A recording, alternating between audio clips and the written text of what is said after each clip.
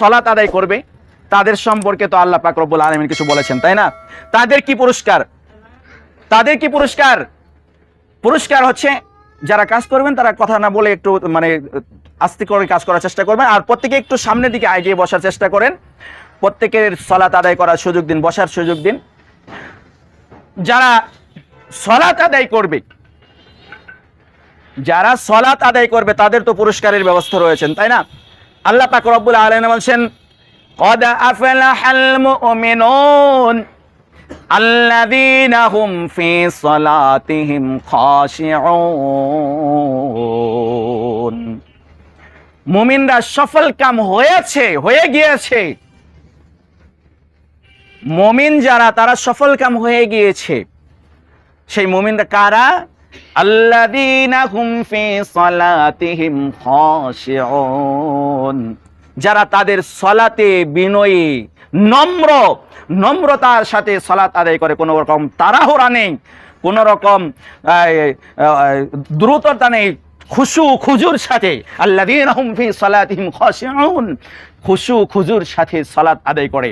আল্লাহ পাক রব্বুল আলামিন এদেরকে সফল কাম হিসেবে উল্লেখ করেছেন। এরা হচ্ছে সফলতা অর্জন করতে পেরেছে। তো যারা সফলতা অর্জন করতে পেরেছে এদের সম্পর্কে আল্লাহ পাক রব্বুল আলামিন আরো অনেক ভাষায় অনেক আয়াত রয়েছে। আরেকটি আয়াত আমি বলে শেষ করছি।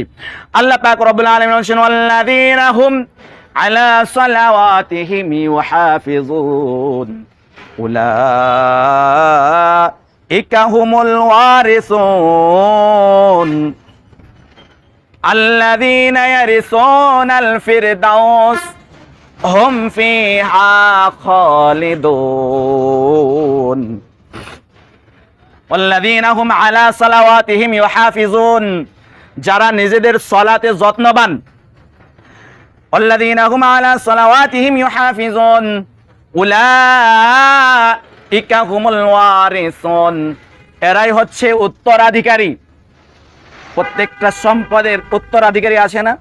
পিতার সম্পদের সন্তান উত্তরাধিকারী আছে না? তো জান্নাতের উত্তরাধিকারী আছে কারা? উলাইকা হুমুল ওয়ারিসুন। জান্নাতের উত্তরাধিকারী কারা? জান্নাতের উত্তরাধিকারী হচ্ছে যারা নিজেদের সালাতে বিনয়ী, যারা নিজেদের সালাতে নম্রতার সাথে খুশুর সাথে নিজেদের সালাত আদায় করে। উলাইকা হুমুল ওয়ারিসুন আল্লাযীনা ইয়ারিসুনাল ফিরদাউস, সেই উত্তরাধিকারী কিসের উত্তরাধিকারী? আল্লাযীনা ইয়ারিসুনাল ফিরদাউস, জান্নাতুল ফিরদাউসের উত্তরাধিকারী। সুবহানাল্লাহ। শুধু জান্নাতের না, সর্বোচ্চ জান্নাত। সর্বোচ্চ জান্নাত কি? জান্নাতুল ফিরদাউস। সেই জান্নাতুল ফিরদাউসের উত্তরাধিকারী কারা? যারা নিজেদের সালাতে যত্নবান, 5 ওয়াক্ত সালাত খুশু খুজুর সাথে আদায় করে। সুবহানাল্লাহ। তো তারা সেই সালাতে, সেই জান্নাতে, জান্নাতুল ফিরদাউসে কতদিন থাকবে? হুম ফিহা খালিদুন, অনন্তকাল থাকবে সেখান থেকে, তারা কোনো দিন বাহির হবে না, অনন্তকাল থাকবে, অনন্তকাল থাকবে। তো এইরকম জান্নাতুল ফিরদাউসের উত্তরাধিকারী আমরা হতে চাই না? যদি জান্নাতুল ফিরদাউসের উত্তরাধিকারী হতে চাই তাহলে প্রত্যেককেই সালাত আদায় করতে হবে, 5 ওয়াক্ত সালাত আদায় করতে হবে খুশু খুজুর সাথে। কোনো প্রকার ওসিলা খাটবে না। আপনি অসুস্থ, আপনি রোগাগ্রস্ত, আপনি বিপদগ্রস্ত, আল্লাহ পাক রব্বুল আলামিন বলেন, ফাইন খিফতুম ফারিজালান আও রুকবানা, যদি কোনো মানুষ বিপদের, শত্রুর আশঙ্কায় থাকে, শত্রু দৌড়াচ্ছে, শত্রু পিছনে পিছনে আসছে, শত্রুর ভয়ে মানুষ দৌড়ায় না, শত্রু পিছনে আসছে, মানুষ দৌড়াচ্ছে। ফাইন খিফতুম ফারিজালান আও রুকবানা, আল্লাহ পাক রব্বুল আলামিন বলেন, যদি শত্রুর আশঙ্কা থাকে তাহলে সফররত অবস্থায় তোমরা সালাত আদায় করো, অর্থাৎ দৌড়ানো অবস্থায় সালাত আদায় করো। ফাইন খিফতুম ফারিজালান আও রুকবানা, আর দৌড়ানো অবস্থায় সালাত আদায় করো। যদি আরোহী অবস্থায় থাকো, কিসের উপর?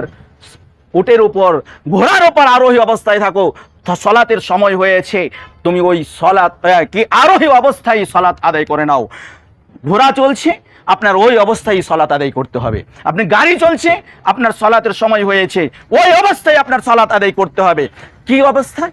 আপনার গাড়ি কোন দিকে যাচ্ছে? আপনার গাড়ি যাচ্ছে উত্তরে, আপনার গাড়ি যাচ্ছে দক্ষিণে।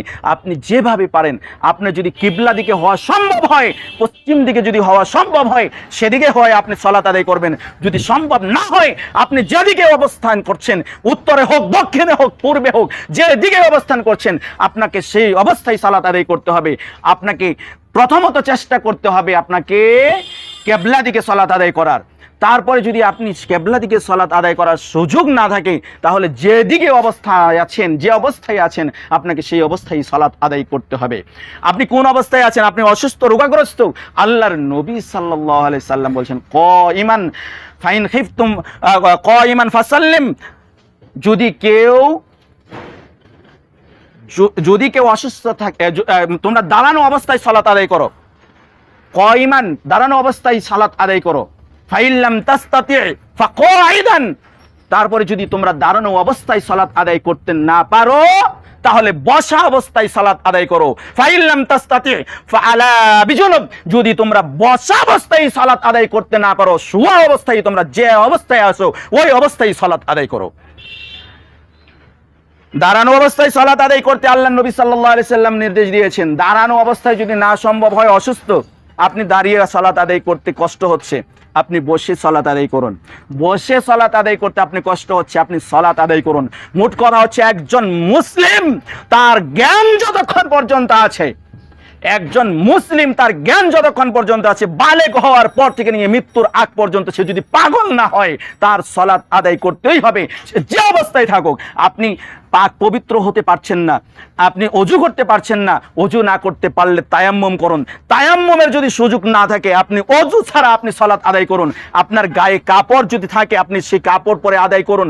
আপনি অপবিত্র কাপড় পরে আছেন, কিন্তু পবিত্রতা কাপড় পরার জন্য আপনার এখন সাধ্য নেই, ওই অপবিত্র কাপড় নিয়ে হলে আপনাকে সালাত আদায় করতে হবে। আপনি অজু নেই, গোসল নেই, পবিত্রতা নেই, আপনার কাপড় অপবিত্র, আপনি নিজে অপবিত্র, সালাতের সময় হয়েছে, আপনি যে অবস্থায় থাকেন, কাপড় যদি আপনার গায়ে নাও থাকে, উলঙ্গ অবস্থা হলেও আপনাকে সালাত আদায় করতেই হবে। প্রত্যেকটা মুসলমানের জন্য এটা অত্যন্ত জরুরি। ঈমান থাকলে, তার জ্ঞান থাকলে, মৃত্যুর আগ পর্যন্ত সে যদি চক্ষু লাড়াচাড়া করতে পারে, চক্ষু লাড়াচাড়া যদি করার ক্ষমতা যদি তার নাও থাকে, অন্ততপক্ষে অন্তর থেকে যদি সে দোয়া কালাম যদি পড়তে পারে, শুধু রুকু সিজদা যদি অন্তর থেকে বলতে পারে, আপনি কিচ্ছু বলতে হবে না, আপনি শুধু শুয়ে আছেন, আপনার জ্ঞান আছে, আপনি কিচ্ছু বললেন না, আপনি আল্লাহু আকবার মনে মনে আল্লাহু আকবার বলে সালাতে দাঁড়িয়ে যান। মনে মনে আপনার হাতও লাড়াতে হবে না, চোখও লাড়াতে হবে না, কিচ্ছু করতে হবে না, মনে মনে আপনাকে আল্লাহু আকবার বলে সালাতে দাঁড়িয়ে যেতে হবে, সালাত আদায় করতে হবে। মনে মনে আপনি রুকু করতে হবে, মনে মনে আপনার সিজদা করতে হবে, দোয়া করতে হবে মনে মনে। তবু আপনি যদি আপনি বালেগ হয়ে থাকেন, মৃত্যুর আগ পর্যন্ত আপনার জ্ঞান যদি থাকে, একমাত্র পাগল এবং নাবালেগ এবং মেয়েদের জন্য মাসে কিছু সময় ছাড়া কোনো মানুষের জন্য, সে যে অবস্থায় থাকুক না কেন, তার সালাত মাপ নেই, পড়তেই হবে, পড়তেই হবে, সালাত পড়তেই হবে। সম্মানিত উপস্থিতি মুসল্লানি